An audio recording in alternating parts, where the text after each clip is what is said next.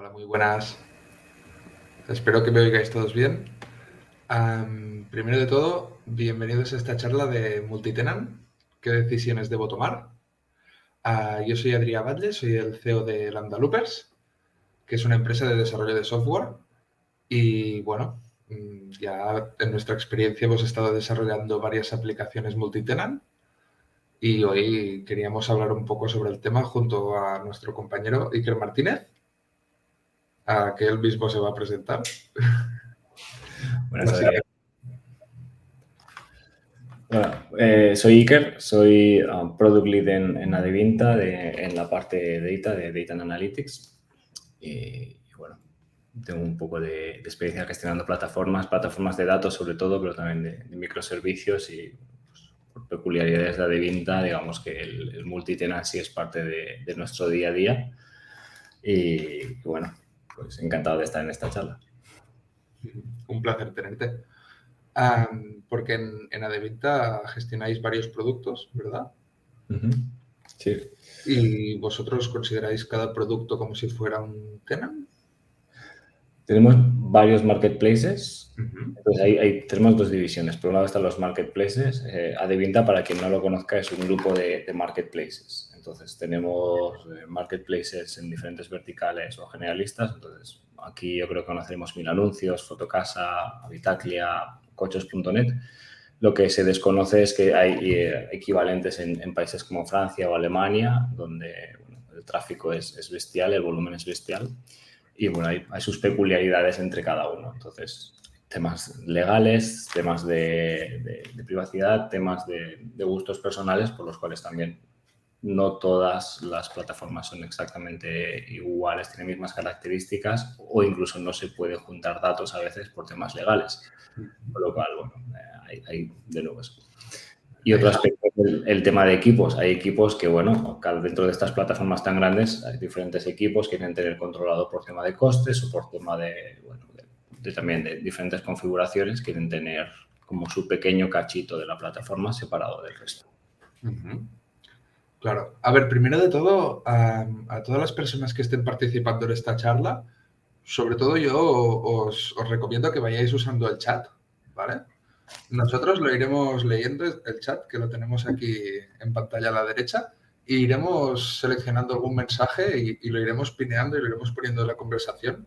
Es decir, si tenéis cualquier duda, cualquier comentario, lo que os apetezca, compartirlo por el chat y lo iremos teniendo en cuenta, ¿vale? Porque nosotros vamos a estar aquí charlando sobre multitenancy, que es un tema que daría para horas y horas de charla. Entonces, cualquier tema que os interese, adelante con él. A mí me gustaría empezar un poco por lo que serían los cimientos, ¿no? Y hacernos la pregunta un poco de ¿qué es un tenant? ¿No? ¿Qué significa esto? Porque si no lo sé mal, tenant creo que viene de la persona que paga el alquiler de un piso o de una casa, es el tenant. Es Sí. como el inquilino, ¿no? Entonces, en un entorno multitenant, ¿qué es un tenant? Porque es una cosa que con el tiempo he ido aclarando y que no es trivial. Parece una tontería, pero... No, estoy de acuerdo. De hecho, el tema de tener una plataforma multitenant o monotenant a veces es diferente, ¿no? Porque está el concepto de multitenancy en cuanto a que tienes muchos tenants en una plataforma o monotenancy en cuanto a que cada cliente tiene su cacho de la plataforma. Entonces, también ahí entramos en ese conflicto de decir, ¿qué es multitenancy? Yo hago monotenant y a mí en conversaciones he tenido que aclarar qué entendemos por multitenant. ¿Vale? Por los cimientos. Se dice mucho la palabra, pero yo hasta hace relativamente poco, hasta hace 1 o 2 años, yo me pensaba que multitenant significaba multicliente. Es decir, tú tenías una empresa que te contrataba tu producto y ahí le atribuías un tenant. Y al final con el tiempo he visto que no tiene por qué. Muchas veces se usa así, multitenant igual a multiempresa que te contrata. Me he encontrado empresas que dentro de un mismo producto tienen varios tenants y deciden distribuir dentro de su propia empresa, porque es una empresa gigante, y dentro de su propia empresa crean varios tenants en un SaaS, por ejemplo, o productos así. Entonces, no sería bien cliente. Un solo pagador de facturas, digamos, podría pagar por múltiples tenants. Sí.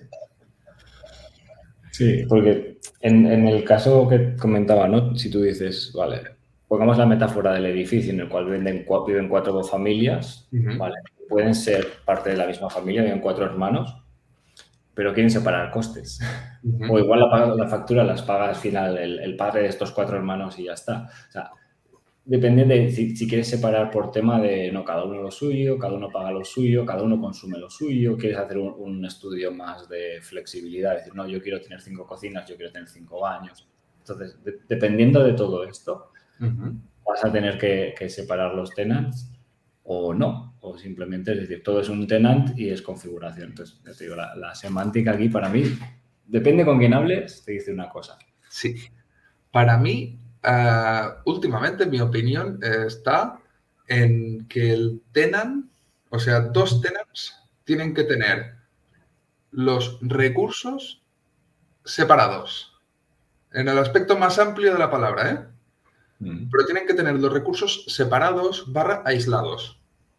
Es decir, de alguna manera, yo lo que tengo la sensación últimamente que lo que describe un tenant es alguien que usa tu plataforma, usa tu sistema, pero no sabe de la existencia de otros tenants. No le afecta el hecho de que existan otros tenants para él. Es agnóstico. Es una caja cerrada. Él vive en su tenant y está separado de los otros tenants. Y aquí cuando dices esta separación, es creo yo, donde empiezan a venir las preguntas suculentas, ¿no? Aquí Marcos nos comenta por el chat. Mira, espera, voy a usar esto de pinear un mensaje. ¿Cómo se hace? Pues no me sale. Nos comenta Marcos. Ah, sí, ya lo he hecho. Vale, nos comenta por el chat multitenant y multidatabase. Creo que esta es la primera pregunta que te empiezas a hacer cuando diseñas un sistema multitenant. Tengo varios tenants, entonces, ¿qué hago? ¿Le pongo una base de datos a cada uno? Esta sería la primera, ¿no? A nivel de intuición. Sí, pero bueno, base de datos, perdona, porque en el mundo de las bases de datos hay que decir, una base de datos dentro de un Redshift que es compartido o un Redshift para cada uno, por ejemplo, ¿no? En nuestro caso, o un Postgres para cada uno, o una base de datos a nivel de esquema que puedes aislar permisos perfectamente, ¿no? Entonces, es interesante. Y lo que comentabas también, ¿no? De usa la misma infraestructura o no. Cuando tú entras en Amazon y usas algo tipo una Lambda Function y la empresa de la usa otra Lambda Function en Amazon, está muy separado esta cuenta de usuario de la tuya. Amazon lo tiene muy bien montado y lo mismo le pasa a Google Cloud para que no te toques, nunca puedas ver nada, pero puedes asegurar realmente que no está en el mismo servidor físico o máquina, o que una base de datos de Redshift de una y otra no están en la misma máquina física. También cuando pones capas de abstracción por encima de esto, pues como vengo de producto y no tanto de ingeniería, digo, el objetivo es que esté separado. O sea, luego ya cómo se implementa, pues depende un poco de fuerzas mayores como, por ejemplo, que los datos de Europa no pueden estar almacenados en Estados Unidos. Pero bueno, hay de ese tipo de discusiones también. Claro, claro. Yo creo que, por ejemplo, si nos ponemos a mirar la base de datos, hay como 3 niveles de aislamiento, ¿no? De lo que serían los datos por tenant. Uno sería, cada tabla de mi esquema de base de datos va a tener una columna mágica que va a ser el tenant ID y así yo filtraré por tenant. Este sería como el primer nivel de separación. El segundo nivel de separación sería el que has dicho. Vamos a poner un esquema de base de datos por cada tenant, pero pueden o no compartir máquina. Nadie dice que no puedan compartir máquina.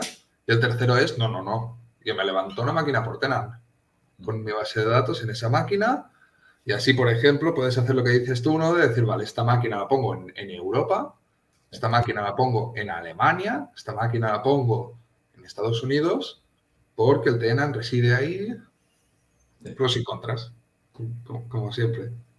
O te puedes un nivel más por añadirte complejidad, es decir, cada cosa de esta la pongo en una cuenta de Amazon, por ejemplo, separada. Una cuenta de Amazon completamente aislada. Y ya lo gestiono un nivel más todavía. Y yo creo que la decisión al final depende de la criticidad, en este caso de los datos, ¿no? Si es una cosa como un historial de, no sé, un historial médico de un cliente o un registro civil o un registro de, no sé, orientación sexual, que son cosas muy privadas, pues obviamente, cuidadito con lo que haces, igual te merece la pena separarlo más. Si en cambio es algo como, no sé, ahora empieza la segunda jornada de básquet que se juega ahora, una aplicación de jugar a básquet, una liga fantástica, por ejemplo, y dices, bueno, pues igual no pasa nada, ¿no? Que la de fútbol y la de básquet estén en la misma máquina. Entonces, aquí yo creo que también depende mucho de esta criticidad y, bueno, o sea, diría que no hay una fórmula mágica para el multitenant. Está este recurso llamado sentido común. Se tiene que decidir. Sí, porque, a ver, digamos, entre comillas, en un mundo ideal, tú coges, creas una cuenta de Amazon por tenant, ¿no? Y más separadito que esto ya no lo puedes tener. Todo acaba yendo después a nivel de los costes. Sí. Porque, claro, también depende un poco de cuán grande es tu tenant. ¿Cuánto margen puedes sacar tu modelo de negocio por cada tenant que tú tienes? Porque si te sacas 5 euros al año por tenant, levantarle un clúster con toda la infraestructura para él, no te va a salir rentable. Sí, En este caso, en este modelo de negocio, a lo mejor tiene sentido agrupar los tenants físicamente y separarlos más a un nivel lógico. Sí. Son este tipo de decisiones que yo creo que es lo que crean un ingeniero, ¿no? Al final, aparte de aplicar código, digamos, se tienen que tomar este tipo de decisiones en el camino. Estoy de acuerdo. Y luego el coste encima de automatizar esto, porque la gestión de automatizar la creación de una tabla, pues hacer un create table as.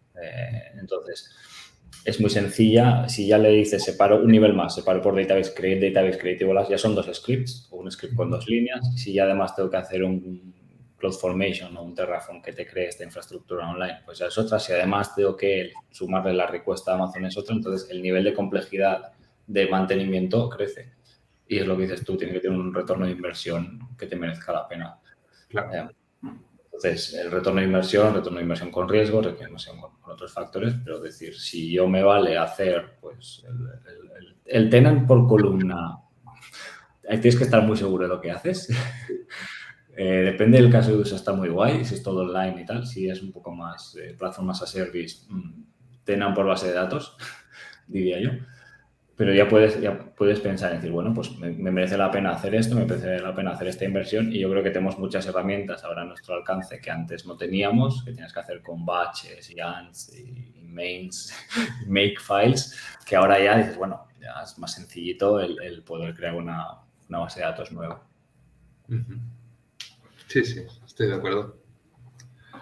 Aquí Michelle Suárez nos dice que cómo se organiza la capa de persistencia por cada tenant.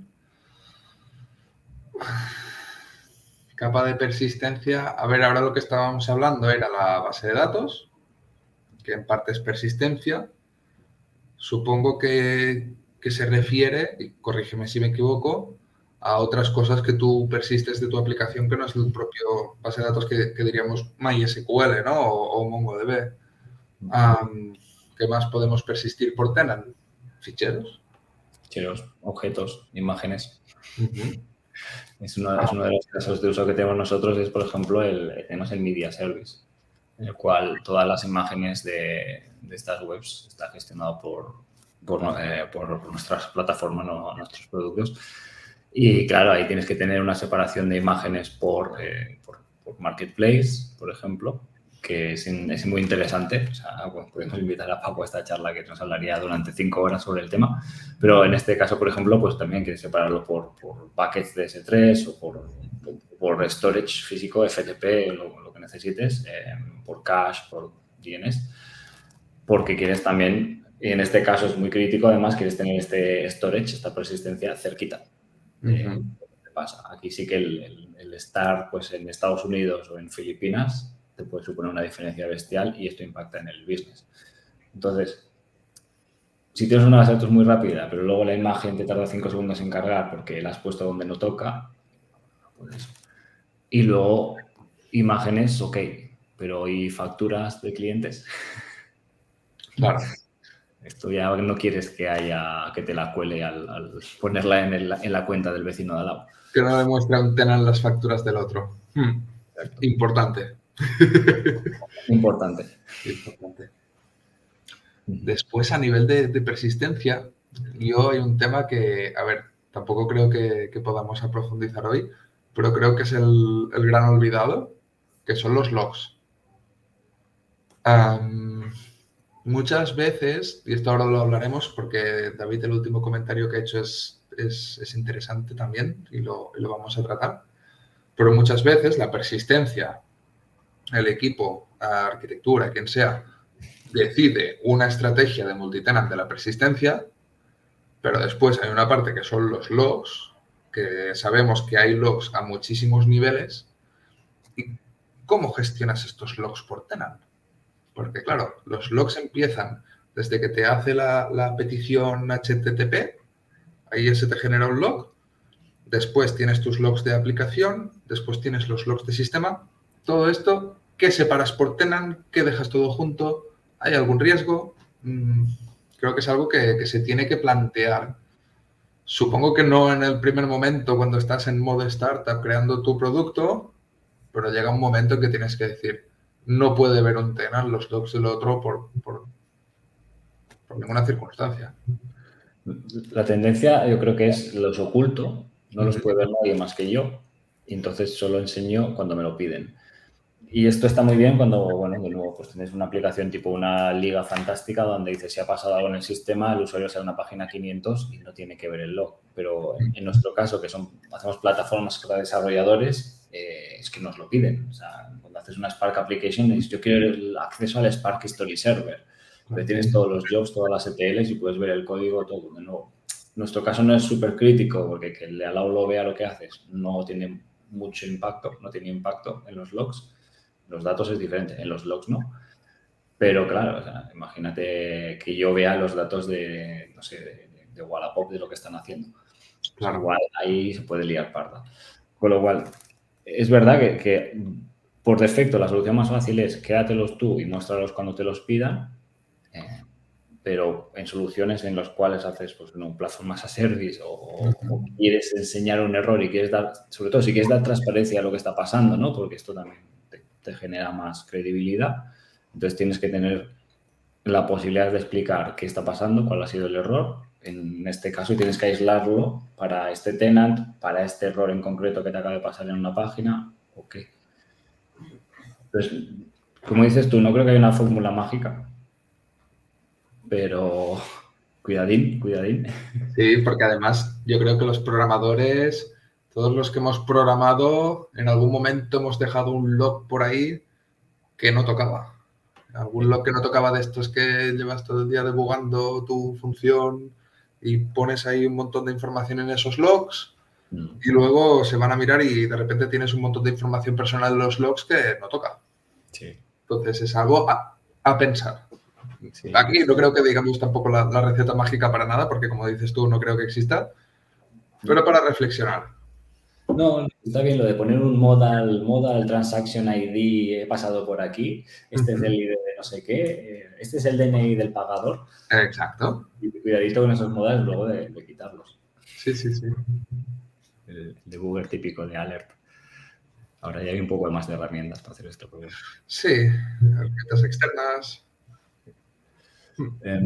Y de hecho también, o sea, para esto podemos también, por ejemplo, depende de qué herramientas usemos, que dices, ¿no? Herramientas externas, pues podemos tener incluso la misma fórmula, decir, bueno, pues los logs de cada uno los mando a un Datadog diferente, a un Sumo Logic diferente y a veces pues ya la herramienta que tengamos nos dicta cómo tenemos que hacer la multitenancy. Entonces, o cómo deberíamos de hacerlo. Porque si tengo una herramienta en la cual no soy capaz de separar por tenant, todo el mundo tiene visibilidad de todo, a no ser que haga cuentas nuevas, pues ya te dice, no, esto cada uno una cuenta. Y si desde una aplicación que vas tirando logs, cada vez no tienes que configurar, como dependiendo de qué, lo que dices tú, dependiendo de qué cliente ha hecho la petición, le miro el ID en un parámetro de HTTP para ver a qué cuenta de Datadog reporto esto, te vas a volver loco. Entonces, igual ahí tienes que tener copias de la plataforma, diferente URL, DNS, bueno, networking. De networking no me preguntes, pero... No nos queremos meter ahí. A ver, yo creo que esto que estás diciendo enlaza bien con el último comentario de David Bravos, que dice que cuando se plantea una aplicación multitenant, cada tenant tiene que tener una copia exacta de la aplicación o puede haber variaciones entre tenants. ¿Cuándo tiene sentido cada una de las opciones?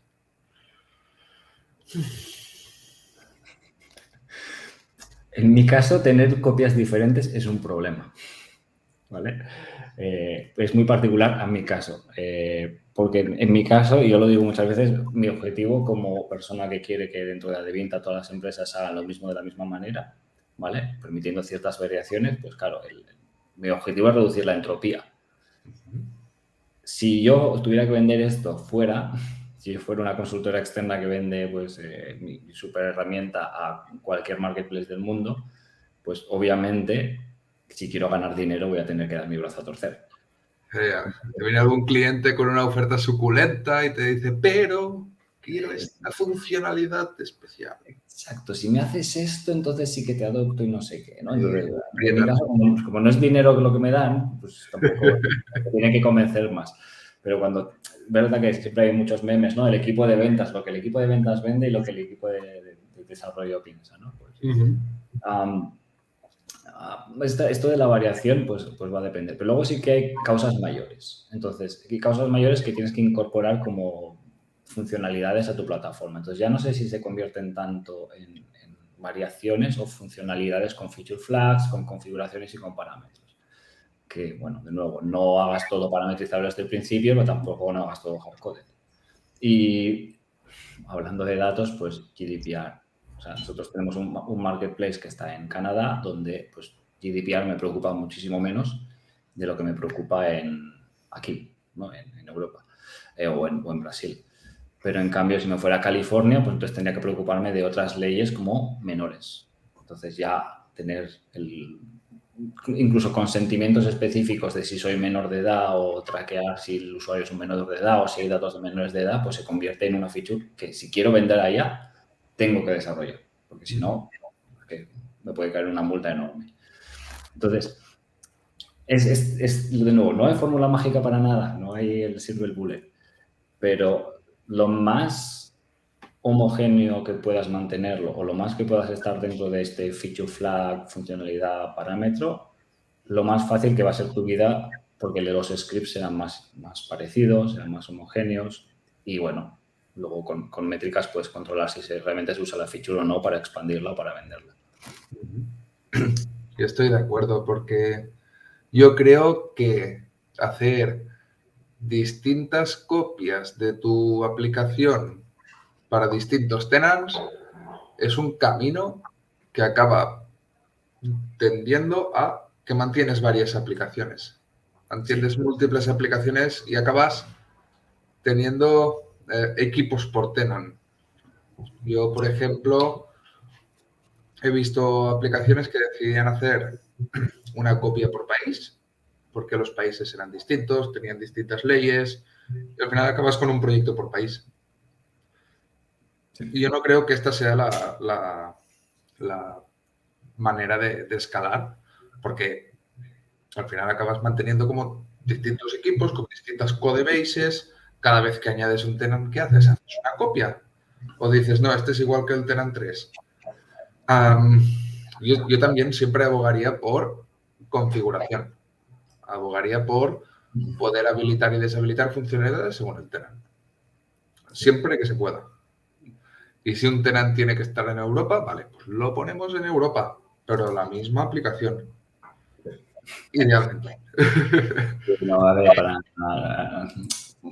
Y también he estado ahí, ¿no? O sea, cuando estamos, por ejemplo, en Magister, teníamos varios países y era lo mismo, veníamos de varias esto ya hace 12 años, de tener, bueno, el site de México, el site de Chile y el site de España y de Italia, pues eran 4 sites, el equipo de América, el equipo de Sudamérica y el equipo de Estados Unidos. Entonces, al final hay modelos de negocio que son muy diferentes, como en aquel caso era Estados Unidos, era muy diferente del de España, pero el de España y el de México no. Entonces, bueno, se hizo una rearquitectura enorme que viene ligada a cómo se gestiona la pregunta de David Bravos, también la siguiente, que está haciendo un monográfico, que es, claro, es que necesitas arquitecturar esto bien, necesitas partir en cachos tu plataforma, ¿no? De nuevo, ahora tenemos microservicios, entonces tienes diferentes microservicios y diferentes gestiones.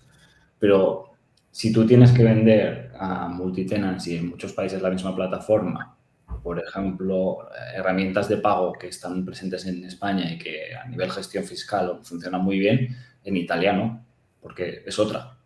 O integraciones de chat, que igual aquí hay una gran adopción de WhatsApp, pues por ejemplo en Noruega usan Facebook o usan Telegram, no usan WhatsApp, no, usan Snapchat para chatear más que WhatsApp, no está tan presente. Con lo cual, si quieres tener mercado, pues llega un momento en el que dices, vale, y el chat lo mando a, o el compartir por, lo pongo en, y ahí tienes que tener configuración, divergencia, etc. Entonces, separar estos módulos y arquitecturarlo bien, y podemos hablar de Domain Driven Design o Hexagonal Architecture, lo que queráis, pero es crítico aquí para decir, bueno, el máximo posible que mi plataforma pueda ser igual, reduce el desarrollo. Y de nuevo, si estamos por el business, cuanto menos esfuerzo necesite para desarrollar algo y para mantenerlo, significa que más esfuerzo, más dinero, más capital puedo meter a nuevas features, innovar, bajar precios para tener más o subir el margen, ¿no? Entonces, Y más rápidamente. es la velocidad de desarrollo, time to market, sabéis mejor que yo, Adrián, tú, pero el poder acelerar esto impacta un montón más allá del coste de plataforma y el coste de runtime. Siempre el que miramos es de la factura de Amazon, no miramos la factura del total cost of ownership, de mantener y el coste de oportunidad perdido por hacer features específicas y tener que andar manteniendo bugs. Sí, sí. Calcular el coste de desarrollo de software no es fácil y creo que casi siempre se calcula a la baja. Sí. Se calcula sacar la primera release, ¿no? Como coste de desarrollo y no. Sí, nos falta siempre el de, vale, si hago esto, ¿qué dejo de hacer? O sea, si hago esto, tal, dices, vale, pues si hago esto, pierdo una oportunidad de ahorrar tanto más o de hacer algo que es más largoplacista. Táctico es estratégico, importante o es urgente. No. En producto nuestro trabajo es mirar qué hacer y qué dejar de hacer y a qué decir no. O sea, el 10% es haz esto y el 90% del trabajo es decir no hagas esto. Entonces, esta divergencia por región, ¿no? Y volviendo a la pregunta es, tienes que entender muy bien qué haces, cómo lo haces y sobre todo qué no haces, y para tocar lo menos posible, pues hay que partir un poco en hexagonitos o en domains o en componentes. Claro. Y reutilizar. Claro, porque al final de vez en cuando nos toca lo que decías, doblar el brazo y decirle a ese cliente, sí, te voy a hacer esta personalización especial para ti, o sí, te voy a preparar esta integración para ti, y tú lo quieres aislar. Y tú lo quieres aislar sin que sea un pegote. Y que después puedas seguir doblando el brazo y que cada vez más, al principio a lo mejor era doblar el brazo, pero a la cuarta que tienes que hacer ya tienes que tener un sistema preparado para esto, adaptado, y que se acabe convirtiendo en una ventaja competitiva para ti. Sí.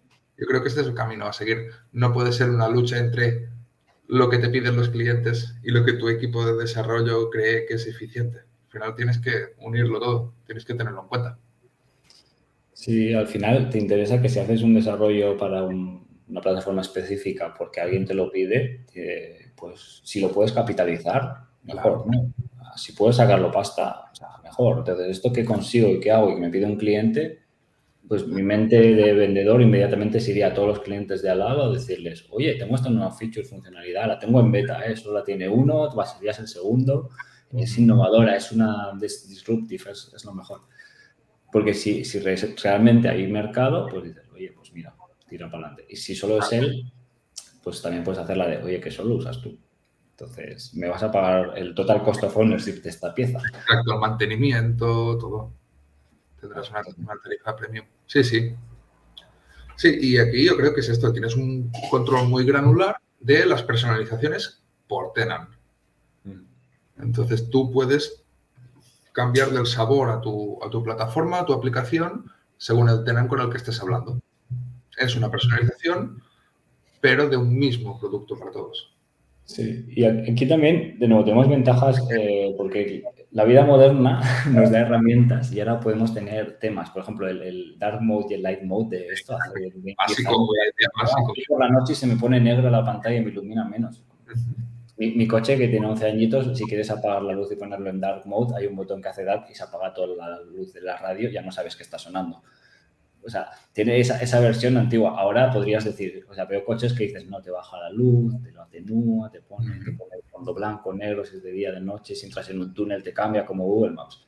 Claro. O sea, estas ventajas las podemos disfrutar también para decir, pues bueno, en vez de hacerlo por si es de día o de noche, lo hago por, pues si el logo del Andalupers es azul clarito, el de Adevinta es azul oscuro. Si mañana me pongo a vender mi producto a, no sé, Facebook, que también es azul, pues otro tipo de azul. Azul. Que alguien me diga algo que no sea azul, por favor. Ahora todas las empresas tenemos logos azules y ya está. Spotify, verde. Entonces, eso también es una ventaja que tenemos que aprovechar, pero claro, significa que no nos vale meterle ahí el CSS a saco. Tenemos que ir ya con pensamiento de decir, bueno, de nuevo, parámetros, variables. Y la industria nos está llevando ahí, yo creo que a nivel de frontend, de design systems, themes, ya pues tenemos esta posibilidad de decir, vale, cámbiame el color code, pam, cambia el tipo de fuente y se cambia todo y que es casi mágico, casi gratis. En el backend es un poco más complicado. Pero también, yo qué sé, Terraform, deployame esto en Irlanda o en Frankfurt o en Estados Unidos, pues está a una variable de distancia. Si lo montamos bien. Entonces, hay cositas de estas que también tenemos que aprovecharlo, ¿no? Correcto. Y como siempre, se empieza sencillo y se va complicando. Que aquí me gustaría tocar un poco el comentario de Marcos Varela. Sí, está mirándolo con mis ojitos. Todo el mundo empieza pues con un cliente. Todos empezamos con un cliente. Entonces, ¿para qué hacerte un super hiper mega sistema multitenant entonces? Si lo podrás hacer cuando tengas dos clientes. Sí. Y aquí es donde viene, ¿vale? Recomendaciones para pasar a modelo multitenant y multidatabase. Él ya ha decidido que múltiples bases de datos, vale.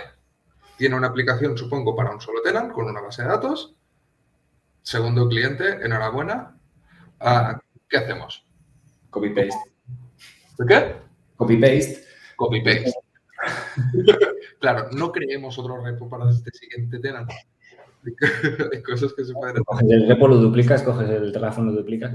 No, aquí el truco es que si adoptamos y tengo el libro del Accelerate por aquí en algún lado, hay prácticas que ya se mencionan ahí, Continuous Integration, Continuous Delivery, Unit Testing, que con un tenant o con dos, si las pones en práctica, luego hacer el cambio va a ser muy simple. Es lo mismo que cuando tienes en el entorno de def y de pre.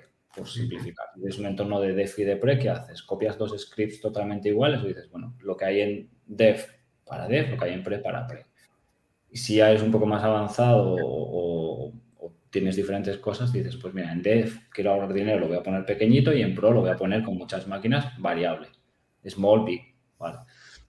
¿Cómo haría para pasar de un monotenant a un multitenant? Pues tener estas bases claras, que pueda recuperar mi infraestructura, que mi código fuente tenga variables de tenant, que mi frontend tenga un template de colores y que luego tenga un Continuous Integration, Continuous Delivery System que me diga deployable en 1, deployable en 2, deployable en 3, ¿no? Algo tipo Spinnaker, que creo que es un poco más viejuno, pero tenemos GitHub Actions que ya no me ha tocado tocar, ya no soy developer desde que esté GitHub Actions, pero creo que también te permite deployar pues, en 1, 2, 3 sitios, 5 copias por tenant.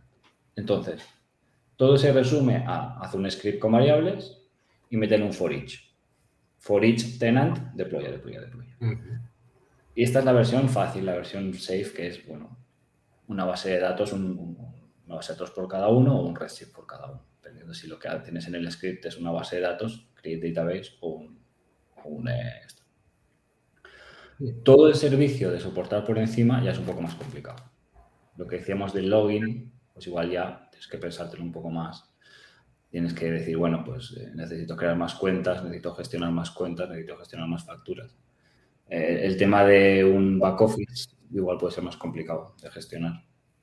Ujú. Pero la parte de infraestructura y de código fuente yo creo que es, entre comillas, la fácil.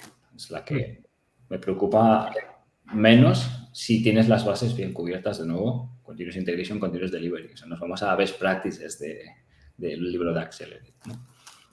Sí, sí, al final, a ver, si hacemos pequeños pasos para irte de un solo tenant a multitenant y multidatabase, lo que decimos, ¿no? Se tendría que levantar otra base de datos.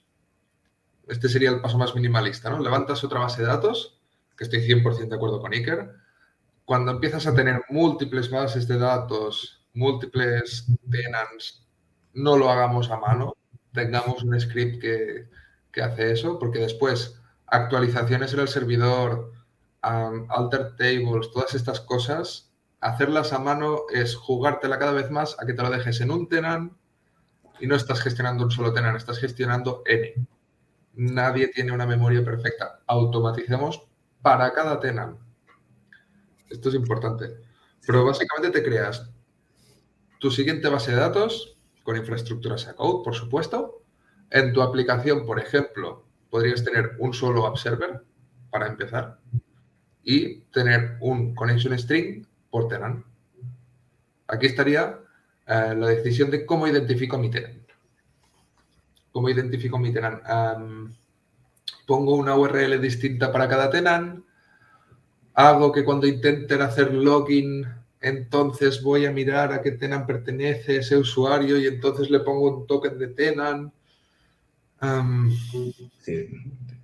Esta es la parte más complicada de decir, vale, Lo, tengo mi infra, partiendo que quiero tener la infra separada, o tengo mi nueva base de datos, o tengo mi nueva columna, incluso puedes poner una columna desde el principio y bueno, de nuevo, up to you. Y luego decir, bueno, pues redirijo aquí, redirijo allá, o lo meto. Gestionar esto es lo que es más complicado, gestionar seguridad y authentication, ¿no? Entonces, yo tengo una métrica que me encanta usar para tomar estas decisiones. Es la POC, que no es de Proof of Concept, es Probability of cagarla. oh, La decisión depende de, o sea, cuando haces esto, si lo pongo en una columna en vez de separar en base de datos, ¿cuál es la probability of cagarla, de que le pase datos al de al lado, de que se me rompa algo? O de que si se cae la base de datos porque tienes demasiadas writes, te rompa el de al lado, ¿no? Esto a nosotros nos ha pasado y ha llevado decisiones de arquitectura de decir, no, yo no quiero estar con ellos porque la rompen cada 2x3. O sea, esto es fuera, que tienen mucho tráfico, ¿no? O mis balance, es decir, tienes tu cliente pequeñito que, bueno, es muy activo y luego tienes tu cliente grande, aquel que te ha pedido la particularidad que te paga un pastón, que la usa más o menos y está empezando, pero el cliente pequeñito a base de request te tumba al grande. O sea, entonces, estas decisiones hay que balancear. También me gusta ese factor de si se lía parda, ¿cuál es el impacto o el blast radius, ¿no? Y esto también lo tenemos en cuenta luego, incluso a nivel de infraestructura, en cómo partirla, o a nivel de dominio, cómo partirlo. Sí, sí. A ver, yo aquí he hecho las dos, ¿eh? He hecho aplicaciones completamente iguales en las que tienes que hacer un login, ¿no? Esa parte completamente igual para todos los tenants. Y tú cuando haces el login, se te asigna un tenant con tu token de seguridad y ahí es donde te dicen el tenant que tú eres y a partir de ahí la aplicación segmenta. Y he hecho URLs por tenant que directamente según a las URLs que estás atacando, con eso ya sabes directamente a qué tenant tienes que ir y por lo tanto a la base de datos a la que tienes que ir a buscar a los usuarios y ahí, digamos que entre ellas no hay fallo. Las dos tienen su complejidad y es una de las cosas que yo creo que se tiene que decidir. ¿En qué momento mi aplicación empieza a separar por tenant? Porque hay una parte, entre comillas, que es común, digamos, antes de tú entrar e identificarte como un usuario, porque un usuario pertenece a un tenant. Antes de ese momento, ¿es multitenant? ¿Cómo lo hacemos que sea multitenant? Y después, ¿cómo mantengo el tenant en todo mi flujo y no cambiando una URL o cambiando un string no sé dónde, me cambio de tenant? Que es lo que siempre quieres evitar. Esto es uno de los grandes retos, creo yo. La parte de seguridad, obviamente, tiene su... La de, la de authorization, ¿no? Porque es como de... Nosotros siempre tenemos ahora este authentication y authorization. Entonces, Sí. authentication, pues vale, yo eres tu login, en nuestro caso Okta, o en el caso de Google, si haces with Google, o te montas el tuyo propio, o with Facebook, y dices, vale, yo puedo hacer esto, pero luego, ¿yo quién soy? Yo soy Iker, ¿vale? ¿Y qué puedo hacer? Y ¿y yo qué puedo hacer? Es muy crítico, ¿no? Porque lo mismo que dices, bueno, es admin de una cuenta o user o no, pues dices, vale, pues es admin de una cuenta, estos assets, estas líneas, si tienes por columna estas líneas, si tienes por tablas estas tablas, si tienes por base de datos esta base de datos, y en las otras no. Puedo hacer estas operaciones, puedo ver estos logs, o sea, todo, gestionar esta gobernancia del authorization se complica. Entonces, también puede ser en plan de, bueno, ¿en qué eres mejor? ¿En gestionar DevOps y escalar infra? Exacto. ¿O en gestionar authorization en lógica de negocio y sacar insights cruzados de tenerlo todo junto? O tienes un multitenancy dentro de una misma empresa, tienes 5 equipos y los equipos de uno no pueden verse a los otros. Entonces te paga una empresa grande y lo dice, no, sepáramelo por equipos. Que esta multitenancy es la que normalmente implica pues trabajar mucho a nivel de teams, management, group management, que se pueden ver en muchísimas soluciones que la tienen muy bien currada, muy compleja y otras que las tienen muy simples. Me gusta la de Tableau porque tiene groups, members, access, groups, tienes como 55.000 matrices. Pero también me gusta hacer la de Google Groups, que es este grupo, eres parte sí o no. Y ya está. Si no eres parte de un grupo, no puedes hacer nada. Y asignarás el grupo algún permiso. Depende. Sí, Depende. sí. Me ha gustado mucho lo que has dicho de tienes que elegir en qué vas a sufrir. ¿Vas a sufrir de hacer código abstracto para que no venga el siguiente desarrollador y la líe y no tenga en cuenta el multitenant? ¿O vas a sufrir haciendo gestión de infras a code y monitorización multitenant, deploys multitenant, control de errores multitenant y que no falle eso porque si no se le deploya a todos los tenants menos a uno? Tienes que elegir uno de los dos caminos un poco en el mundo multitenant, creo. Sí. No sé si hay algún... Probablemente alguien lo haya pensado y diga, dependiendo del tipo de... Si es un platform as a service, si es un software as a service, si es un...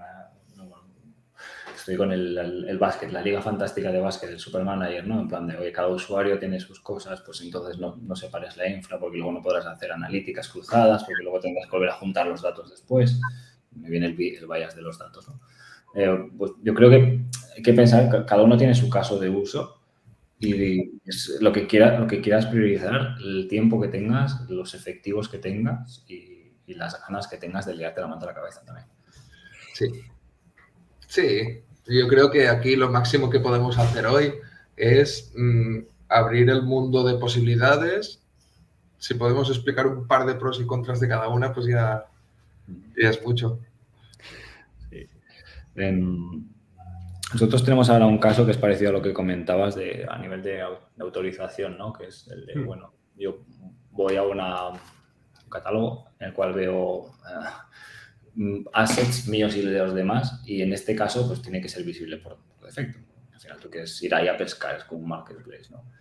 Entonces podemos ver como 1000 anuncios. De 1000 anuncios puedes ver todos los anuncios y dices, bueno, pero yo en mi anuncio yo quiero editar y que los demás no editen. Claro. Imagínate que la lías y dices, no, la foto la puede editar cualquiera, de cualquier anuncio del mundo. Pues tienes que gestionar unas cosas que es muy diferente de decir, no, si yo tengo un listado de todos los anuncios, son míos y solo míos. Obviamente, si tú quieres vender tus cosas, pues un poco mal, porque no se las puedes enseñar a nadie, pues ¿para qué?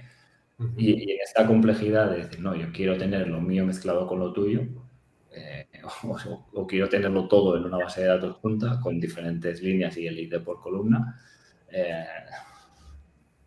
pues bueno, ahí es donde entra la complejidad de decir, bueno, ¿qué necesito hacer? ¿Qué quiero hacer? ¿Y qué es lo que estoy vendiendo? ¿Estoy vendiendo la posibilidad de tenerlo todo junto o estoy vendiendo...? Porque me acuerdo cuando trabajaba en banca, sugeríamos la posibilidad de movernos a un cloud. Y era como de que yo voy a mezclar lo mío con lo de los demás. No, no, no. Entonces, puede ser una ventaja competitiva que tú vendas que no es de box. O si nos vamos a Silicon Valley, de box. Todo en una box. Y el producto es que está en una caja, ¿no? Si alguien ha visto este gag. Sí, sí. El Y gran puedes vender el aislamiento en infra y en cuentas y en todo como una ventaja competitiva para que dices, lo es. soy súper seguro y no la voy a liar en la vida. Sí, sí. Pero Vale. depende del marketing. Veo que no hay más comentarios. Aprovecho para hacerte una pregunta, porque tú estás especializado en la parte de data. Entonces, en todo lo que sería la parte de gestión de datos, en la parte de machine learning, no sé si la tocas, etcétera. ¿Cómo funciona el multitenant ahí? Porque, claro, yo lo he vivido siempre en la parte de aplicación, ¿no? Yo tengo un código, una base de datos y de ahí hago arquitecturas multitenant. En la parte de la gestión de datos más backend, de algoritmos de machine learning, todo esto, ¿cómo funciona el multitenant? ¿Existe el concepto? Existe el concepto de multitenant. De nuevo, existe el concepto de multitenant, depende a quién le preguntas a un data scientist y si todos los tenants, dámelos, ¿vale? Y luego hay un tema, porque al final los datos aquí, los datos operativos de los datos personales o los datos de behavior, de comportamiento de una persona son muy diferentes. Los datos de comportamiento de una persona, en nuestro caso, que son muchos markets, tenéis diferentes terms and conditions, Ajá. con lo cual cada uno te deja hacer algo. Y a veces los puedes mezclar y a veces no. Entonces, esto ha sido un problema históricamente de intentar hacer cosas que luego que no puedes, que de manera privada no puedes, ¿no? También es parte de mi responsabilidad decirle a la gente muchas veces, esto no lo puedes hacer o esto no lo debes hacer. Entonces, el curar los aspectos, tanto éticos como legales, ya necesitas saber el tenancy de los datos. Luego otras veces no, otras veces dices, no, estos datos sí los podemos mezclar porque son datos de costes, de infra, que son más operativos, que también se pueden usar y se puede optimizar mucho con Machine Learning el coste de infraestructura. Y ahí, bueno, dices, ya como son diferentes marketplaces, su consumo a nivel de grupo, pues esto ya no hay tantas barreras legales, se pueden usar y de hecho se deben usar porque nosotros pagamos a nivel de cuenta cross, con lo cual lo puedes usar para optimizar. Y yo pienso un poco lo mismo con los logs que hablábamos antes. Si tú tienes 10 tenants en tu pequeña empresa, ¿no? Donde tienes 10 versiones, 10 cuentas de separadas o no, y tú vendes los servicios, pero no vendes la infraestructura, sino que la infraestructura es un coste para ti, tú vas a querer optimizar lo máximo posible, pues spot instances versus comprar, reservar, vas a querer hacer un forecast de esta infraestructura y ahí lo puedes mezclar todos los datos del multitenancy y usarlos para hacer un machine learning model que te diga esto, pues mira, en agosto vas a bajar un 30%, un 40%, un 20%, con lo que empieza a disminuir máquinas o no. Y si nos ponemos en plan súper abstracto o futurístico, podrías decir, oye, pues mira, en base a esto quiero que Machine Learning me diga si me compensa meter 2 tenants en una base de datos o separar, porque al final la predicción de coste de subida de uno o de otro, por la probabilidad de que haya una incidencia, un error, las afectaciones pues se disminuyen. El POC. Pero el tema de los países, ¿no? de los thermal conditions, te limita muchas veces esto y tienes que tenerlo. Entonces, me imagino que también, si vendes, aunque tengas datos, por ejemplo, de sanidad, ¿no? Eso es un tema candente en el cual se están creando estándares para poder compartir across tenants y poder exponer tus datos de manera privada y de manera pública, pero que los datos se conviertan en anónimos, ¿no? De alguna manera. Ahí hay muchísima chicha de cómo hacer este multitenancy. Historial clínico compartido, todo esto, ¿no? Cuando no puedes hacer esto, pues de nuevo nosotros tenemos a veces paralelizados modelos de Machine Learning que cogen una serie de datos y se entrena, cogen otra serie de datos y se entrena, cogen otra serie de datos y se entrena. Y aquí ¿Serían como datasets por tenant o...? como datasets por tenant, sí, Ajá. y pipelines por tenant, que quieres que sean iguales, pero claro, con la variación de los datos, la variación de los tenants, la casuística local, no sé. Me imagino que, por ejemplo, el mercado de bicicletas en Ámsterdam es mucho mayor que el de bicicletas en Barcelona o el de bicicletas en algún sitio donde solo haya cuesta para arriba. El Pirineo. Entonces, cuando entrenas el modelo, pues la accuracy que te va a dar para bicicletas de Ámsterdam versus bicicletas en otros países pues, va a ser muy diferente. Y luego, aquí sí que la configuración que comentábamos antes, ¿no? De las features, que en Machine Learning se llama features, También. pues cuáles incentivas, cuáles no, pues te va a influenciar mucho. Entonces, aquí deberíamos invitar a alguno de los data scientists del equipo que te dirá, no, lo hacemos todo igual, no lo hacemos diferente, ellos lo saben mejor. Pero sí que es verdad que la optimización de estos modelos por tenancy pues puede cambiar bastante y aquí cambiarla te puede dar una diferencia de dinero muy alta.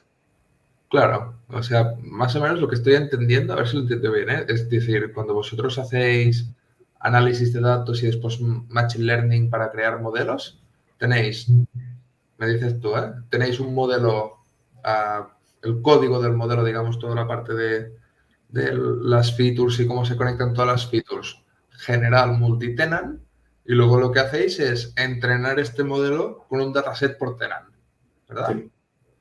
Es interesante. Claro, porque el propio Machine Learning ya te parametriza las features, te hace como de feature flag regulable por cada uno de tus tenants. Bueno, aquí técnicas mega modernas que ya yo me he quedado un poco atrás, pero tenéis Hyperparameter Optimization, de dices, bueno, pues estos parámetros en Holanda, en Alemania, en España son diferentes. Claro. Pero al final es un poco, lo podemos traducir a una pipeline de generar infraestructura o una pipeline, una ETL de datos típica de lee de aquí y escribe. Dices, pues repite lo máximo posible esta pipeline, ponla sobre una infraestructura lo máximo posible, simplemente que en vez de hacer una con muchos datos, pues están partidos por casos. Y aquí podríamos hablar de multitenancy, de que si haces bases de datos diferentes, con esquemas diferentes, y a las columnas le llamas de nombres diferentes, cuando luego quieras hacer una ETL, que es lo mismo que si quieres hacer una llamada de una API o de un código fuente, tendrás que poner if tenant1, columna se llama X, if tenant2, columna se llama Y, que esto es un switch en toda regla que no debemos hacer. Entonces, para evitar esto, necesitas poner un poco de governance y decir, estos son los negotiables y estos son no extensiones. O sea, claro. Las extensiones sí que tienen su if, pero las bases tienen que ser muy sólidas porque si no se hace ingestionable. Y a nivel de datos es de las cosas que más nos complican la vida, es que cada uno de los países tengan bases de datos diferentes, esquemas diferentes y donde más dinero se desperdicia en hacer copias de los datos con diferentes esquemas. Transformación de datos. Sí, mapeo de datos del formato específico local 1 al formato donde desde ahí ya puedo empezar a hacer todo consolidado y todo igual. Claro. Porque, no sé, en el tema de los datos estamos un poco... Allá como en otros temas, ahí está más claro, hay una API, esta es la API, es mi contrato y es así. Y si no quieres que el campo se llama diferente, pues no, porque se llama así. Claro. En el tema de los datos es como de, bueno, no. Yo le puedo poner un nombre diferente porque total... Como antes no los consumía nadie, como los datos de la aplicación en crudo, que siempre pasaban a través del filtro de la aplicación y vivíamos en un mundo de que todo fluía por la API y era la API la que lo estandarizaba todo, etcétera. Pero ahora que estamos cogiendo, supongo, los datos de las bases de datos, los volcamos a un data lake y a partir de ahí trabajamos, de repente la base de datos la forma de la base de datos acaba siendo importante otra vez, ¿no? Supongo. Volvemos hacia atrás en el tiempo a decir, oye... Integración por base de datos, ¿no? Necesito que, ¿no? De hecho, el mercado de datos se ha convertido en, oye, necesito poder hacer lo que hago con Data Lakes y con NoSQL, pero con SQL. Sí. Se ha vuelto atrás a decir, sí, vale, Spark, pero con SQL. Ok. Sí. Volvemos a Kimball y a las bases de datos de los 60.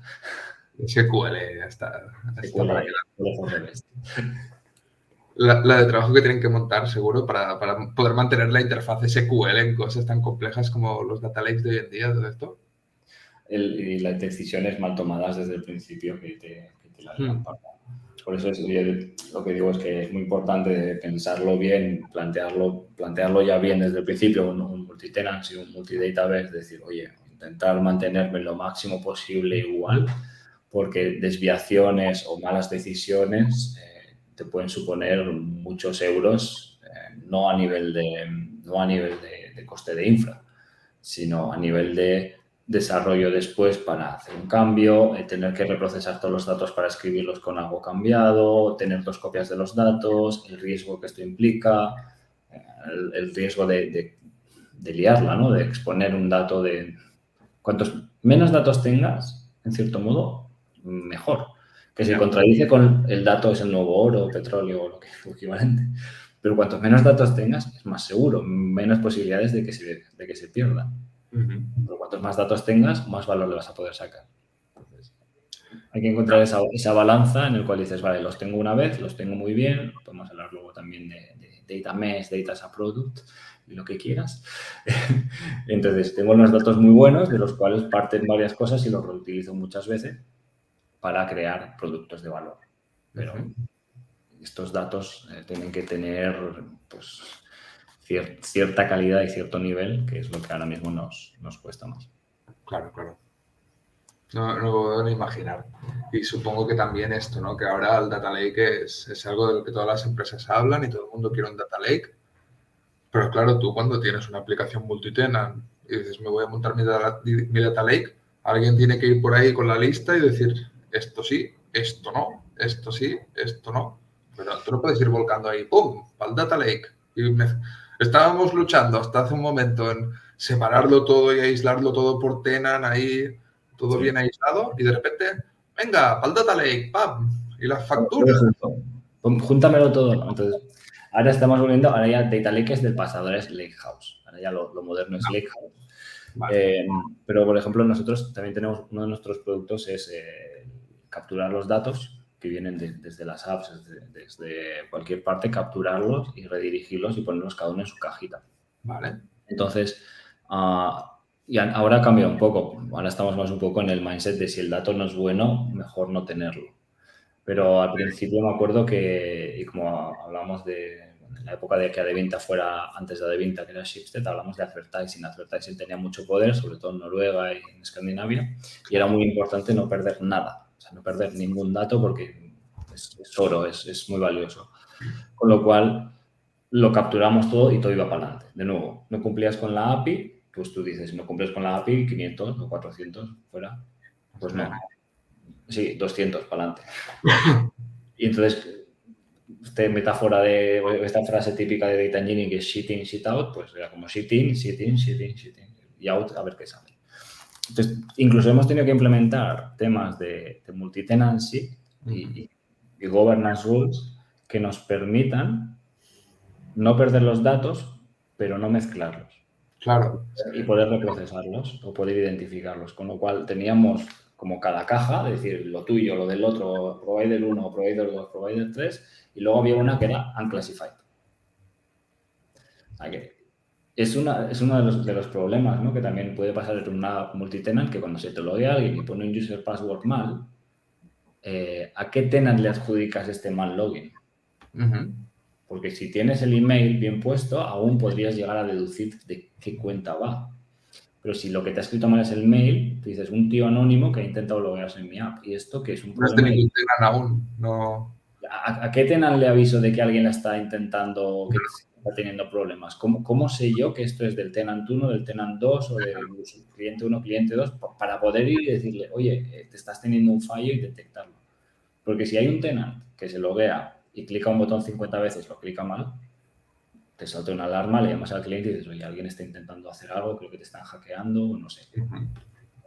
Pero si ni siquiera loguear puede, y este era nuestro problema, que antes incluso de recibir los datos no sabemos ni de dónde vienen, por lo tanto, no puedo guardarlo o no puedo quedármelo mucho tiempo.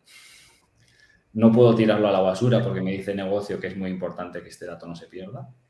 Tengo que intentar reprocesarlo, pero ¿cómo sé yo a quién pertenece?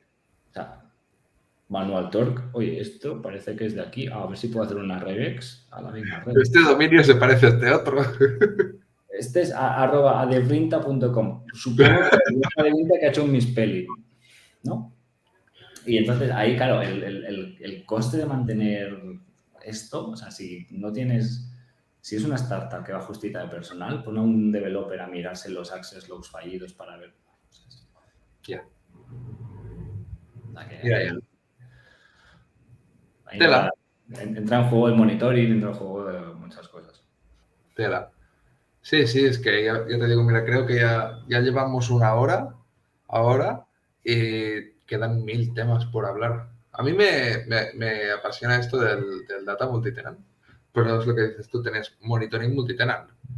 Cuando monitorizas tu sistema, para qué tenants está funcionando y para cuáles no, también es una cosa bastante estratégica de negocio. Sí. Y para avisarles de que tienes una pérdida de servicio para ellos. Otra cosa que yo he estado tocando también con el tiempo y con el multitenant también tienes que decidir, en el mundo de los microservicios, ¿no? Cuando se integran entre ellos, normalmente se comunican o bien se llaman directamente por API REST o se comunican por colas. Estas colas, ¿cómo gestionas ahí el multitenant? Es otra cosa que también tienes que tener en cuenta, valorar, decidir.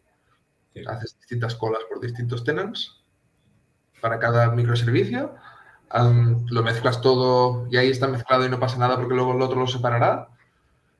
Es otra cosa que tienes que decidir y razonar. Y mil más, mil más. Creo que es un mundo bastante apasionante, pero que a la vez cada decisión que tomas puede ser...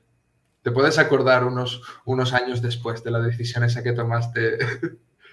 Nosotros tenemos también otra de las partes de la infraestructura que gestionamos es la parte de clusters de Kafka. Entonces, Ajá. nosotros gestionamos 110 clusters de Kafka, creo ahora, no sé, perdí la cuenta. Pero no son todos iguales. O sea, son todos iguales en forma, versión de Kafka, pero no son todos iguales en tamaño o en cómo se usan dentro. Entonces, cada tenant, en este caso, como es un Platform as a Service, puede elegir cómo usarlo. Tenemos APIs, tenemos monitorización, tenemos las versiones, pues lo que dices tú, está automatizado para hacer releases progresivas a todas las máquinas. Hacemos una release nueva cada 6 meses. Lo mantenemos nosotros, mantenemos cierta cosa, tenemos monitorización, pues tú quieres ir a, incluso customización, ¿no? También de, tú quieres tener una cuenta de Datadog, te mando los datos para allá, tú quieres Grafana, te lo mando para allá. Pero luego dentro de cada una, pues hay clusters enormes, humongous, y clusters más pequeños. Y hay equipos que, por ejemplo, tienen 4 equipos del mismo clúster y lo comparten y lo gestiona un grupo central a todos estos tenants. Para nosotros este grupo es un tenant que a su vez tiene 4 tenants, entonces tenants delegados, o sea, imagínate, intentar con saber quién hace qué. Subtenants. Subtenants, o sea, ellos se gestionan sus propios tenants porque se lo pueden repartir ellos con Vale. sus automatizaciones. Y hay otros que dicen, no, un equipo pequeño es su cluster. Clusters que son 20 personas y clusters que son 400, 500 personas. A nivel de developers tocando, creando topics. Y aquí, pues, de nuevo, tener esta, en nuestro caso, como es una plataforma interna, queremos crear esta uniformidad y un poco hacer stitching de lo que hacen, que no es lo que todo el mundo lo puede hacer. Es como si tienes un cliente muy pequeño y un cliente muy grande, ¿vale? Pero hay ciertas lessons learned, ¿vale? En este caso, para poder gestionar esta multitenancy dentro de estos clusters compartidos, que es, que a mí me encanta, naming conventions. Es que a veces cuando haces las cosas tienes que poner una naming convention, ya te ayuda mucho. Entonces, que el nombre del topic empiece por el tenant punto, pues ya te da mucha información. Da pistas, da pistas. Da pistas. Vale, esta es la primera. Y la segunda es, bueno, partir la infra en lo mínimo que tenga sentido. Entonces, si tienes un clúster enorme y se te cae el equipo de ventas o el equipo de, no sé, de SEO o del tipo de CRM o el equipo de analíticas, te la lía, te puede impactar el equipo de ventas, se te cae todo. Entonces, si lo partes en cachos, en clusters diferentes, infras diferentes, entonces, de nuevo aquí el impacto, el blast radius factor, la probability of cagarla, y es algo a tener en cuenta. Con las dos necesitamos automatización y con precisamente la de naming convention hay una cosa muy interesante que es que se habla mucho en Datamesh, que es Computational Governance. O sea, esto es una norma de governance que el topic empieza por el nombre del topic, pero si tú lo pones en mayúscula, minúscula, pones una abreviación, pones siglas, en vez de mil anuncios pones MACOM, claro, dices, vale, es el nombre del tenant, pero no sigue el norma, entonces tampoco te va... Cuando hagas una regex tendrá que poner MACOM o mil anuncios com. Y empezamos a tener estas variaciones, con lo cual, Computational Governance en tus APIs de, oye, si no hay esto tal, o una UI que te valide este tipo de normas, factores que puedes hacer para que tu plataforma multitenant pues también sea más segura, más estable, en este caso con clientes internos, pero también con clientes externos puedes hacer lo mismo, es decir, mira, yo lo siento mucho, pero los nombres de usuario de la plataforma no acepto estos caracteres. No acepto un arroba, no acepto un dólar, no acepto cosas que puedan ser interpretadas como variables y luego me haces SQL injection, ¿no? O sea, puedes poner esto y decir, no, solo minúscula, solo mayúscula, solo underscore, solo DNI como tal. Entonces, tu usuario siempre va a ser tu DNI o tu número de teléfono o tu mail. Entonces, puedes implementar estas normas para simplificarte la vida luego tú, de que, por ejemplo, la columna nombre del tenant, pues máximo 15 caracteres y lo puedas mantener medio bien, ¿no? O sea, son chorraditas, son cositas pequeñitas que te pueden ayudar mucho a hacerte tu vida mucho más fácil a futuro cuando eliges moverte a multitenancy o si tienes que moverte a multitenancy. Me gusta el enfoque. Y de lo que has dicho, me gusta mucho el concepto este que has mencionado antes de reducir la entropía. Creo que esto como ingenieros siempre nos toca un poco, ¿no? El no añadir código que no acabas de necesitar, porque el código es lo que provoca los bugs. No guardar datos que no vas a usar porque los datos son data leaks que puedes tener. Usar una buena convención y que la propia plataforma incluso no te permita saltarte esta convención, porque después no tendrá que haber una personalización después. Y al final es tener dos dedos de frente, contar con que lo va a usar muchas personas, porque tú cuando diseñas un sistema para ti mismo, mira, tú ya te vas a portar bien, pero cuando sois 400, 500 usándolo, alguien va a tener un día tonto y lo va a hacer rápido y esto te va a ir pasando. El concepto de Zero Trust Architecture, ¿no? También dice, no confíes en nada, no confíes en nadie. No, porque todos salimos de fiesta el sábado y el lunes cuando estás trabajando, pues no trabajas igual. Esto pasa en las mejores casas. Sí. Al final. Y yo creo que algunas de estas inversiones que pueden sonar como muy grandes, ¿no? Hay que hacer un multitenant, scripting, al final no son tan grandes, no son, o se pueden hacer de una manera bastante smart, bastante incremental, bastante pequeña, ¿no? Porque el poner una validación, el poner un unit test, el hacer TDD también, ¿no? Una cosa que a mí me gustaba mucho hacer antes es cuando me encontraba un bug, pues siempre hacer un poco el TDD, ¿vale? Pongo el test del bug y hacerlo. Entonces, cuando alguien te va a meter un campo que sabes que te la va a liar parda, dices, bueno, voy a poner un test en el código para hacerlo bien. La contra de esto es que normalmente el ser humano, por naturaleza, tiene opiniones y demasiadas opiniones. Entonces, si tú le dices a alguien que no vas a aceptar barra baja, que vas a aceptar solo guiones en los nombres de usuario, por ley de Murphy te vas a encontrar a uno que mete mucho ruido, que le encanta la barra baja y la usa para todo. Súper importante para él. Es súper importante para él, es súper crítico. Es que sin esto, pues mi negocio no funciona. No compro. Y aquí es preguntarle, ¿y qué más te da? Pero con buenas maneras, no le preguntes y qué más te da. No le preguntes y qué más te da a los clientes, consejo. Preguntarle, ¿cuál es el valor intrínseco que puedes sacar al poder usar una barra baja? Pero hay que un poco presionando, no presionando, entender o explicar que el precio que pagan por no poder tener su carácter especial preferido es, oye, mi plataforma funciona muy bien, va genial y además te la puedo hacer más barata. Claro, seguridad, coste operativo. Sí, porque aquí, por ejemplo, Aquí David dice, estas convenciones de naming, cuando tienes varios equipos trabajando, tienen que ser difíciles de mantener.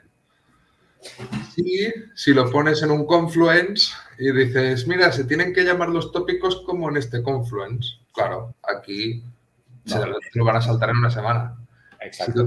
Si tú tienes que crear tu clúster de Kafka con un back office, entonces ahí es donde tú puedes decir, no, yo, como sé que de qué tenant eres, te voy a meter el prefijo de tenant detrás, o no lo sé. Tienes que... Sí, es que a nosotros nos pasa porque cuando creamos los topics tenemos una API para crear topic. Entonces, tú llamas una API y dices, créame el topic así. Ahí no hay computational governance aplicada porque cuando se empezó del mindset de, bueno, pues, los usuarios son free de hacer lo que quieran, que Claro. todavía lo son, ¿no? Pero luego sí que hemos ido diciendo o subiendo el nivel al nivel de, bueno, pero alguien, te encuentras el problema y dices, es que ahora tengo este lío y ahora tengo que corregirlo para atrás. Entonces, imagínate los que tengáis clusters de Kafka con cientos o miles de topics, intentar ahora aplicar una naming convention, ahora, de que empiece todo por Iker underscore. Intentar hacer el ejercicio mental de decir, vale, voy a cambiar que todo empiece por Iker underscore, David underscore, ¿no? Entonces, dices, no merece la pena. Pero al elevar, en nuestro caso, que queremos elevarlo un poco a que cuando vayas a crear un topic en una UI, te diga, oye, lo puedes hacer de maneras muy sutiles. Esta es la naming convention aquí con un information tal, esto es lo único que puedes hacer. Si no es esta naming convention, olvídate, el formulario no valida. Que la API tenga una cosa entre medio que te devuelve un 500 error o cosas más sutiles tipo todos los topics empiezan así. Entonces, cuando empiezas a escribir te dice todos los demás topics, te hace un tipo autocomplete, empiezan así. Deberías de hacer lo que hacen los demás porque somos gente de tribu. Gente opinionada, pero gente de tribu. Con lo cual, lo importante es lo que decías tú, que no esté esto en un Confluence aislado, que nadie lo conoce, que no sea una norma tribal de un equipo que lleva el Kafka y el resto de usuarios no, sino que cuando vas a hacer la acción, esté ahí, por código. O sea, que no puedas saltártela. Si consigues llegar a ese estado, que de nuevo, a veces es mucho más sencillo de lo que parece, genial. Y el mayor de tus problemas va a ser convencer a 40 ingenieros pesados, como somos todos o hemos sido en el pasado, de que el underscore no el guión, o viceversa. Van a ser horas y horas de discusión online sobre el underscore versus el La guión. naming convention, o sea, el que levante, el que no haya tenido esta discusión, que diga en el chat, yo nunca he tenido una discusión con 3 engineers porque underscore o punto o guión o mayúscula o camel case o uppercase. Sí. ¿No? En algún tema. Entonces, bueno, yo qué sé, Python ha dicho, pues yo uso tal, Scala ha dicho, yo uso tal, y cada vez estamos más los lint autoformats para evitar estas discusiones, ya se usan más. Y en otros aspectos, no. En nivel de columna, pues no, ¿no? A nivel de base de datos. Y yo te aseguro que siempre lo digo, ¿no? En Adevinta, una de las decisiones que más problemas ha causado o más coste de este intrínseco de operaciones ha causado es un nombre de columna mal puesto. El decidir usar una arroba en algo que luego quieres hacer una query encima de SQL. Y ahora esta columna está en todas partes y es imposible hacerle queries, tienes que hacer ñapas o copiar el dato sin la arroba. En fin. Mike Saving, poniendo nombres. Snake Case. Snake Case sí, puede ser, pero es más fácil hacer una regex si tienes un punto o un guión que un Snake Case. Entonces depende del caso de uso, como siempre. Vale, a ver, yo creo que ya llevamos 1 hora y cuarto. En principio esto tenía que durar 1 hora. Como he dicho, si nos podemos a profundizar en este mundo, creo que no acabaríamos nunca. Espero que hayamos sentado las bases de lo que sería un entorno multitenant, de todo lo que tienes que tener en cuenta y en realidad de todas las cosas que hayamos empezado a abrir un poco la mente de todas las cosas que no se tienen en cuenta cuando tú diseñas un sistema multitenant y que en el mundo ideal deberían de tenerse en cuenta. Yo creo que es muy importante. Yo creo que Iker, con tu experiencia también has podido dar también mucha luz.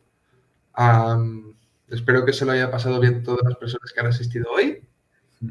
Y nada, muchísimas gracias, Iker, por acompañarnos. A ti, Adrián. Espero que la gente haya encontrado algo de valor en esta charla. A ver qué dicen, a ver qué dicen. Yo espero que sí también. Y Y nos queda claro vemos. que entonces naming convention y snake case es lo más importante para multitenancy, ¿verdad? Básicamente el naming es lo más importante de toda la programación. Exacto. Esto sería el resumen de la charla. No, hay dos problemas en software que son muy importantes y los más difíciles de resolver. Delivery only once, naming convention y delivery only once. Los dos problemas más En fin. Muchas gracias por tu tiempo y nos vemos pronto. ¿Vale? Venga, que vaya muy bien todos los asistentes. Chao, chao. Chao.